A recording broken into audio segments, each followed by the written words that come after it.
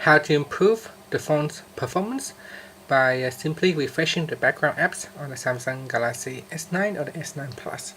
First, tap on the home key to go back to your home screen, then swipe down and tap on the settings icon. Next, tap on device maintenance. From here, tap on memory. So after it's doing its checking, tap on clean now. And you can see I can clean up 1.3 gigabyte of memory.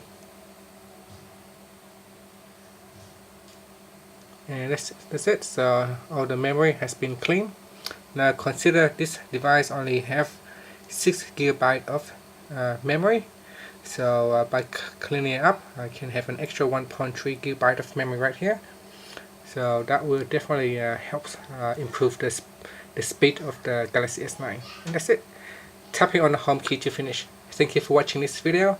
Please subscribe to my channel for more videos.